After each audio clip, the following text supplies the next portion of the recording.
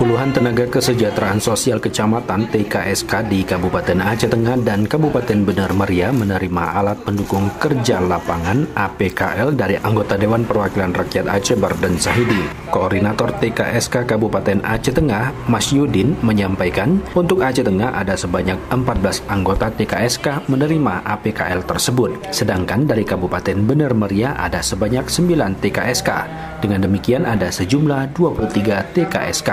Adanya alat kerja kita seperti itu, kita lebih mudah dikenali di lapangan, satu. Kemudian masyarakat tahulah, tahu kalau kita setiap turun di lapangan itu sebagai TKSK. Kalau selama ini kan atributnya nggak cukup, nggak setiap hari bisa kita pakai atribut kita. Dengan ada diberikan tadi kan bisa ada tambahan sehingga setiap hari bisa karena ada rompi, ada. Koordinator TKSK Kabupaten Aceh Tengah, Mas Yudin, mengucapkan terima kasih atas perhatian terhadap TKSK di daerah tersebut. Mewakili tenaga kesejahteraan sosial kecamatan, Mas Yudin berharap bentuk perhatian tidak berhenti sampai di pemberian alat pendukung kerja lapangan. Sementara itu, anggota Dewan Perwakilan Rakyat Aceh Bardan Zahidi menyampaikan TKSK patut dipertahankan karena tugasnya membantu menyelenggarakan kesejahteraan sosial di tingkat kecamatan.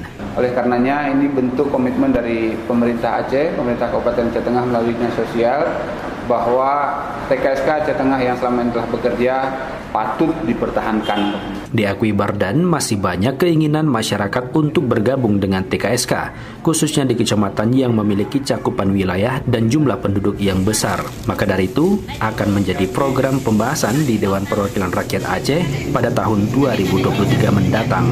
Pada prosesi serah terima alat pendukung kerja lapangan yang dilakukan pada salah satu kafe di Takengon itu turut dibuka sesi tanya-jawab. Beberapa anggota TKSK sempat mengutarakan insentif yang diterima agar ditingkatkan lagi di tahun berikutnya. Terkait dengan tunjangan lelah atau tulah itu, Bardan mengaku akan meneruskan dan mendorong usulan tersebut ke dinas terkait. Satiran, RRI Takengon melaporkan.